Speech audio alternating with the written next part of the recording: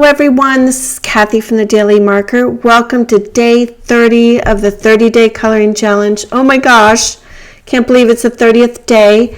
I want to share with you how I created this Starbucks shaker gift card, and it's made from a Starbucks cup. And then I made another card, this one here with another red cup with the Stampin' Bella dog. He's so fun.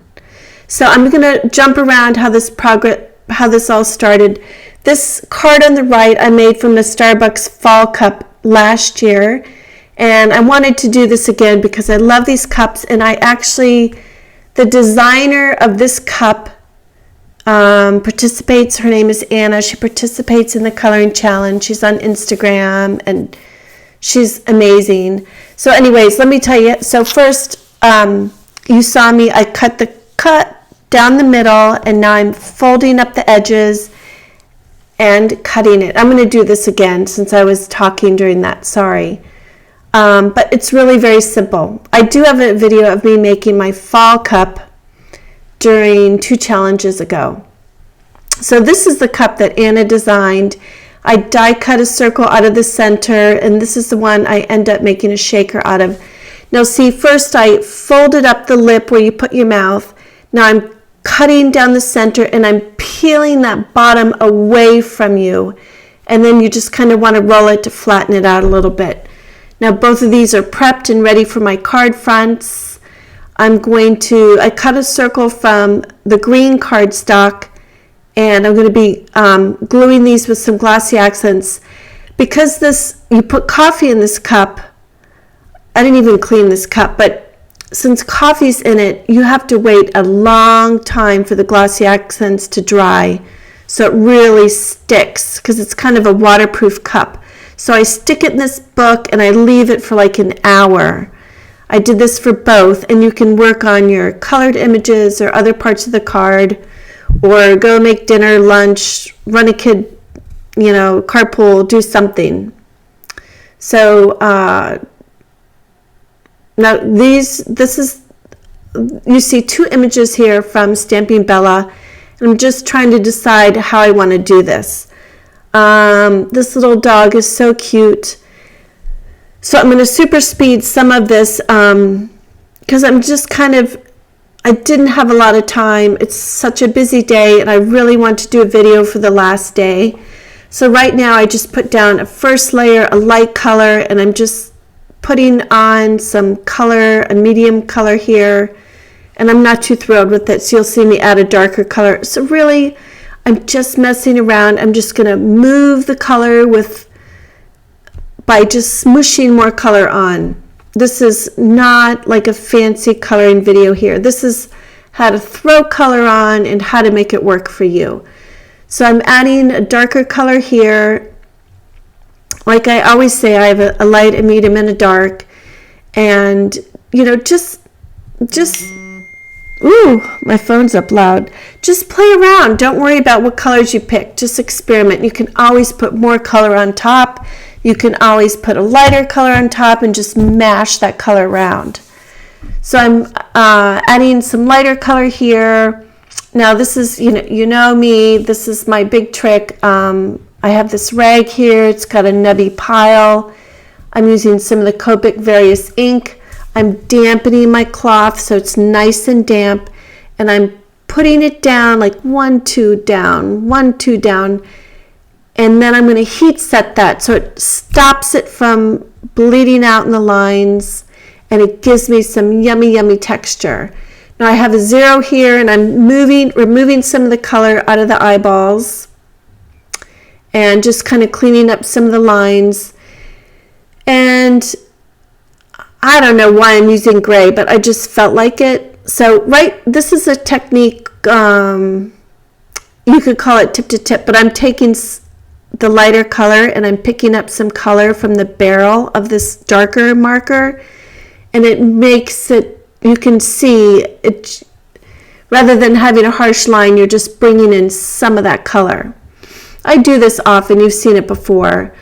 So just kind of a reminder that you can do that. So I'm just mashing some color around on the ears, not too sure what color I want to use. I don't know why this gray and brown dog works, but it ends up working in the end, thank goodness. Now I'm taking some of the same colors I was using and just dotting on some colors where I felt like it needed to be blended more, and just gives a little bit of speckles, a little bit of texture, just a little bit of interest. I mean, it's like coloring basics 101.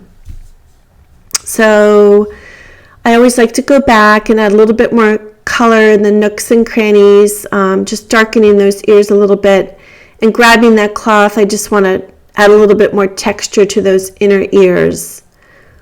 Now I'm taking just kind of a compliment. I think I might have started with this color, but it doesn't matter. I'm just, where I've dotted the darker dots, I want to smooth those out with that medium color. And now I'm just doing some gray dots and just messing around. It really doesn't matter how it looks. If you don't like it, just put some more of the various ink on a rag and just give yourself some more texture. So just play around.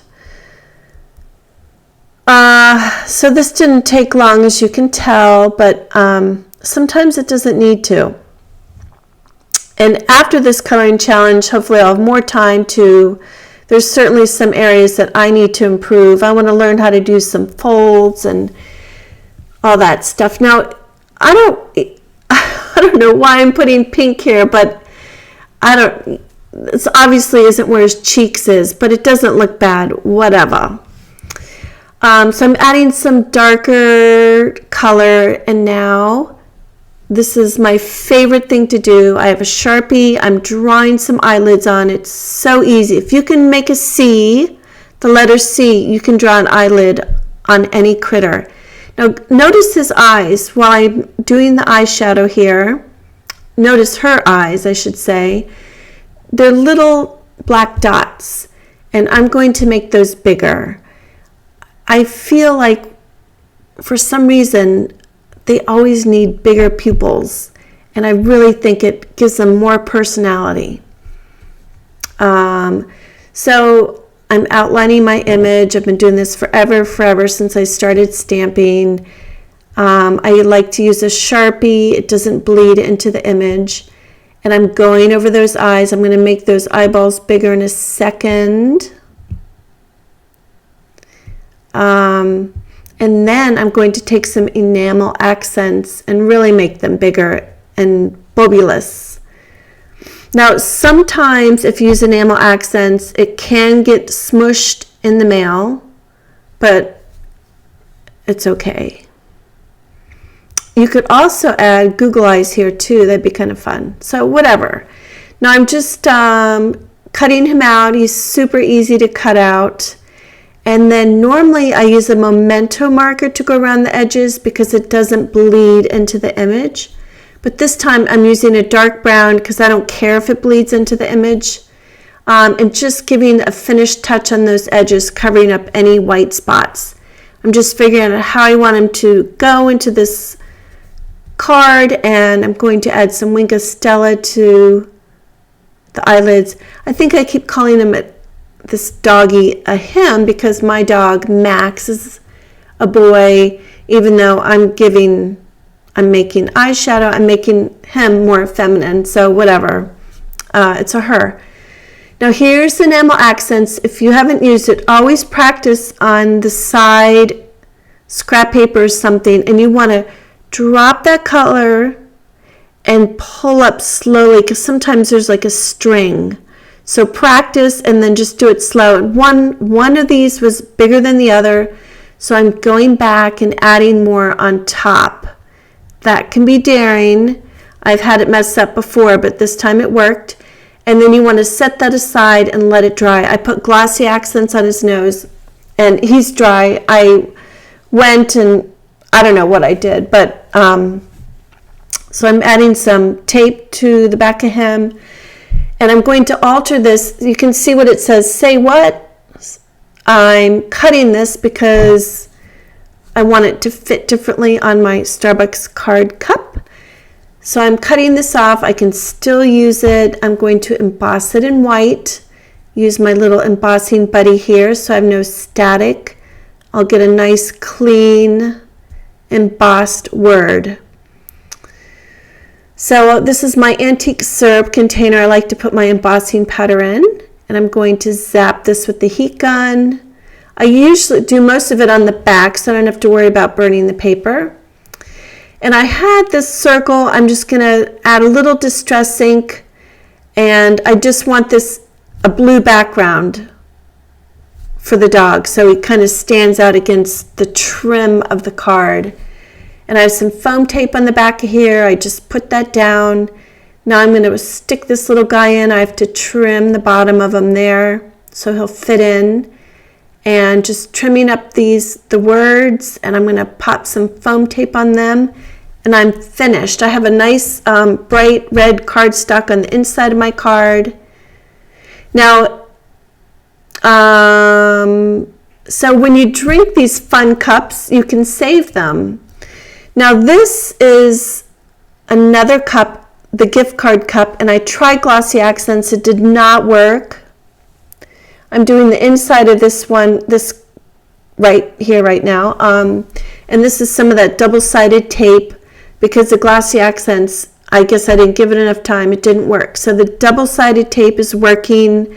I just have it on the edges of this, and then I'm going to stick the gift card in. I have my fancy ring on. I was at a birthday party tonight, and I came back to finish my video and stuff. So this is the Starbucks gift card. It fits in there really nice. I cut that from the cup. This was the back of the cup. And now I'm making a shaker card with this other panel. You saw two in the beginning of the video. And I have some little crystals from Honeybee Stamps. And then I have some pretty pink posh miniature silver stars. And I'm mixing those, and I've put foam tape on the back of I double foam taped it on the back of my Starbucks cup, and I have acetate there. So now I have my shaker card. I thought I'd make the Starbucks a highlight since there's a gift card on the inside. So I kind of skipped around. I hope you understand everything. This is kind of my style. It's what I do. I skip around. But that's how my creative process works. Now this is a wax Q-tip. I don't know where I got it. I think I got it from Angela's Happy Stamper. But I'm using some multi-matte medium. I'm using a pin, my broken paper piercer, to put dots of the multi-matte medium on. And then I'm gluing some of those stars on the outside of the Starbucks cup card. So there it is. You can see the stars. They kind of tie in the shakerness, the shaky stuff on the inside. And then you open it up. You can see the stars that I glued on the outside of the cup. And then the shaker mix with the Starbucks logo on the inside.